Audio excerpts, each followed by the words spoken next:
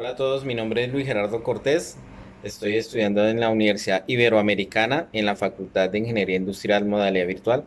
Junto con mi compañero James Sierra, vamos a exponer el tema de solidificación e imperfecciones cristalinas, el cual me tocó el primer tema abordando las tres primeras preguntas, en el cual vamos con la primera.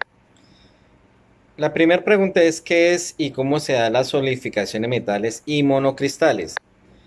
La mayor parte de los metales cristalizan al solidificar las tres estructuras cristalinas de empaquetamiento compacto.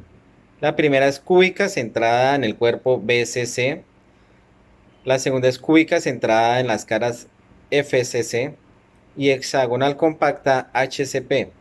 La estructura HCP es una modificación más densa de la estructura cristalina hexagonal sencilla. La estructura cúbica centrada en el cuerpo BCC está el hierro alfa como molibdeno, tantalio, tuxteno y vanadio. Está formada por un átomo del metal en cada uno de los vértices de un cubo y un átomo en el centro. Los metales que cristalizan en esta estructura son, como ya lo he hecho, el molibdeno, tantalo, tuxteno, vanadio, hierro alfa.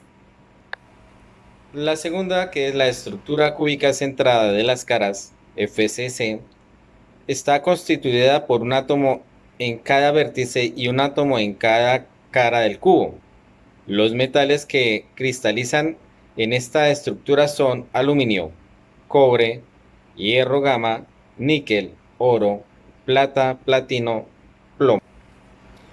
En la estructura hexagonal compacta HC, esta estructura está determinada por un átomo en cada uno de los vértices de un prisma hexagonal, un átomo en las bases del prisma y tres átomos dentro de la celda unitaria.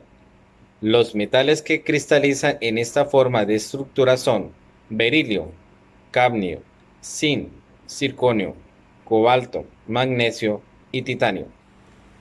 Dentro de la formación plástica de metales policristalinos, tenemos tres puntos. El primero es el efecto de los límites de grano sobre la resistencia de los metales. El segundo es el efecto de la deformación plástica en la forma de los granos y en el ordenamiento de dislocaciones. El tercero, efecto de la deformación plástica en frío en el incremento de la resistencia de los metales. En el efecto de los límites de grano sobre la resistencia de los metales, los límites de grano aumentan la resistencia de los metales. A temperatura ambiente, los metales de grano fino son sólidos, duros y resistentes. Relación resistencia-tamaño. En deformación plástica, las dislocaciones que se mueven no pueden seguir en la línea recta el paralelo de un grano a otro. Las líneas de desplazamiento cambian de dirección en los límites de grano.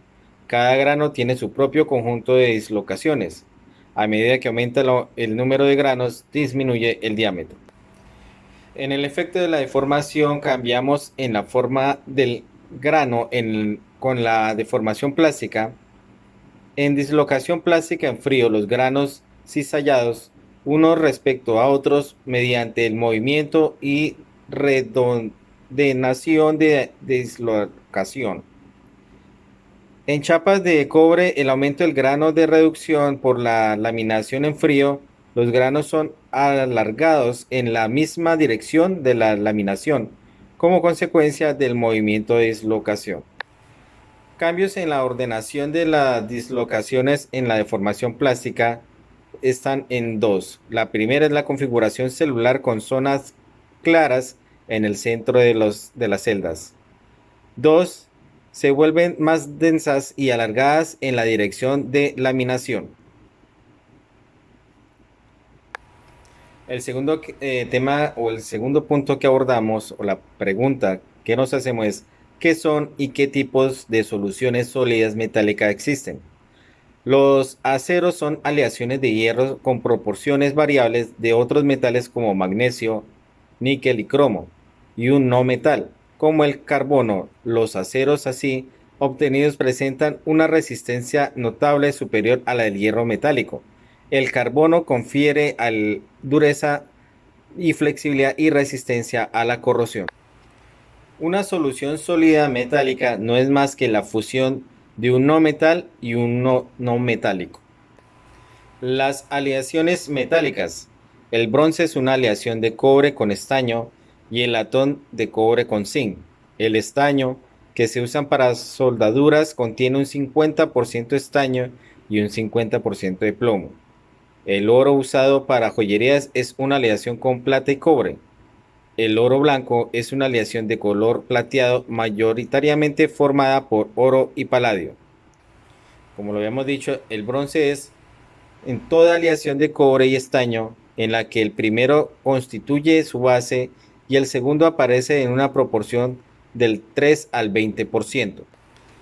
Los aceros, aleaciones de hierro, carbono con cromo y níquel, tienen propiedades que los hacen objeto de extensas aplicaciones industriales, como en la fabricación de autopartes, vajillas, tanques, reactores industriales y planchas para blindaje.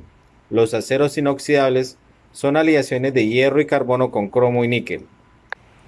No se debe confundir el acero con el hierro, que es un metal duro y relativamente dúctil, con diámetro atómico de 2,48, con temperatura de fusión de 1535 grados centígrados y punto de ebullición de 2740 grados centígrados.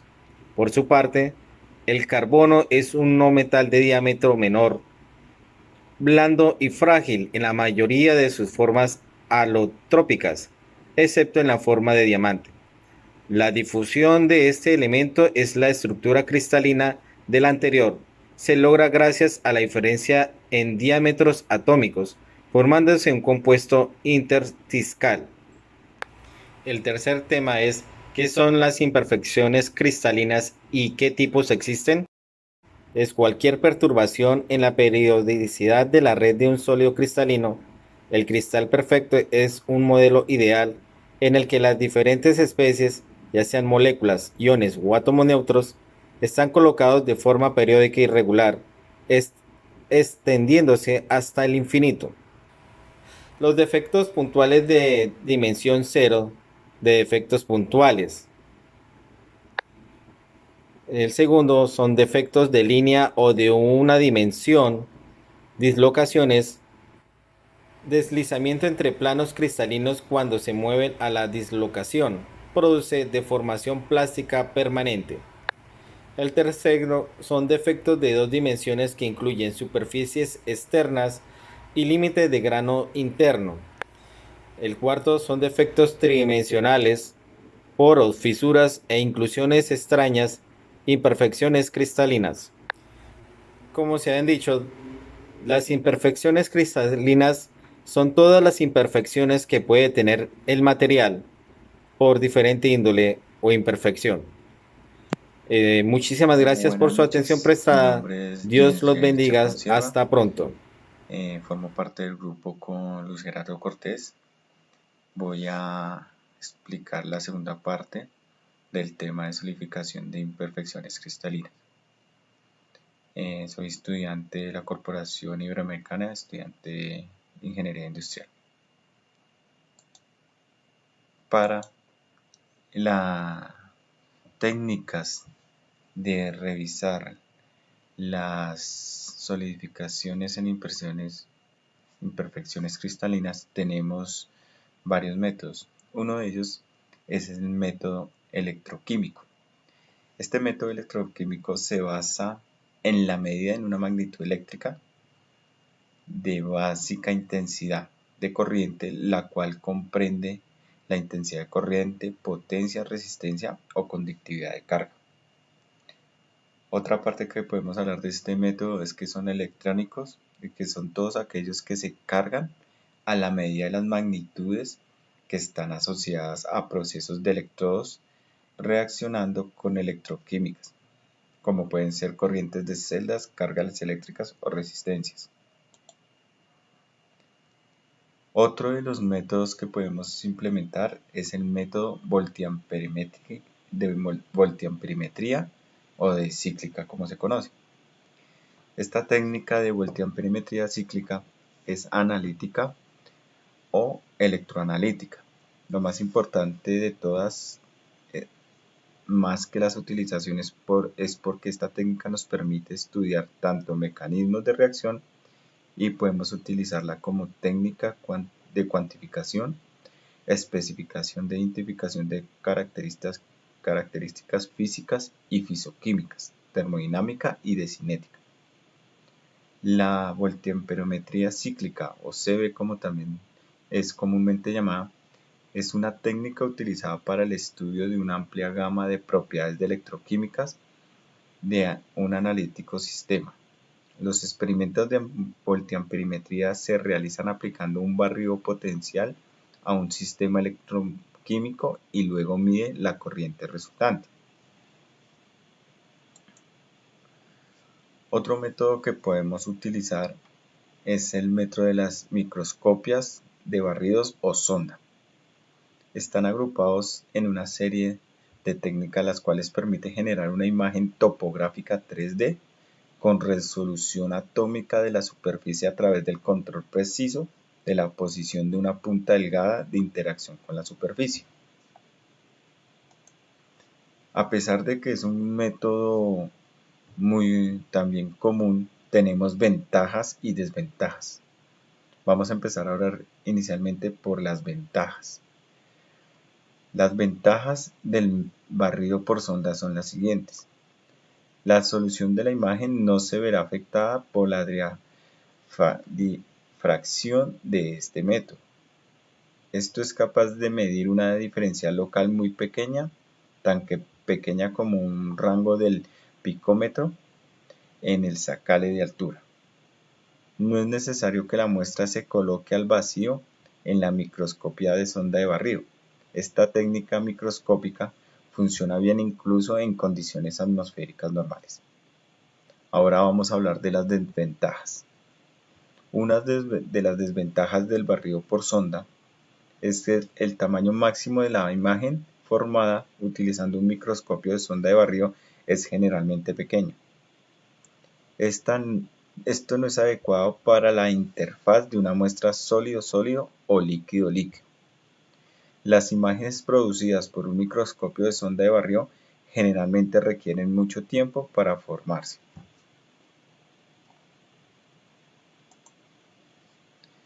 La importancia de la ingeniería industrial. ¿Qué tanto afecta las técnicas de solidificación de imperfecciones cristalinas o qué tanto afecta las solidificaciones cristalinas en la ingeniería industrial? La importancia de la temática es lograr reconocer, comprender e investigar las diferentes características de los materiales usados en la industria, así como lograr entender los diferentes aspectos a tener en cuenta a la hora de definir un tipo de material para realizar un producto. Esto se basa esencialmente tanto en la construcción como en la fabricación de productos.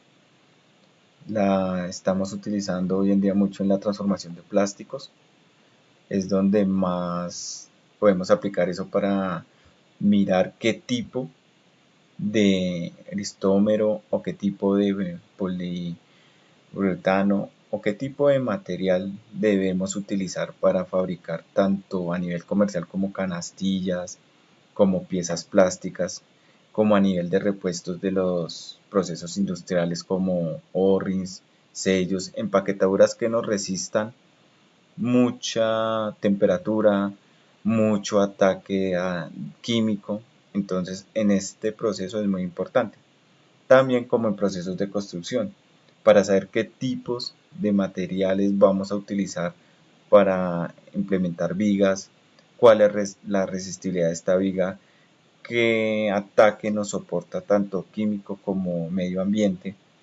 Entonces, en este punto de vista, consideramos que es muy importante y siempre ir de la mano en todos los procesos industriales en los que estemos vinculados. Si bien sabemos, la ingeniería industrial puede ser aplicada y está implementada a todas las partes de un proceso, no solamente como industrial, sino un proceso de comida, un proceso químico. Entonces tenemos una amplia gama para poder ejecutar y podernos desempeñar en estos aspectos. Y eso es importante para poder dar y garantizar que el producto o el proceso que vayamos a realizar tiene la confiabilidad que es el más óptimo y el más requerido para el departamento donde lo vayamos a aplicar. Muchas gracias por todo y esa es la breve exposición sobre las técnicas y sobre la solidez de las imperfecciones cristalinas. Muchas gracias.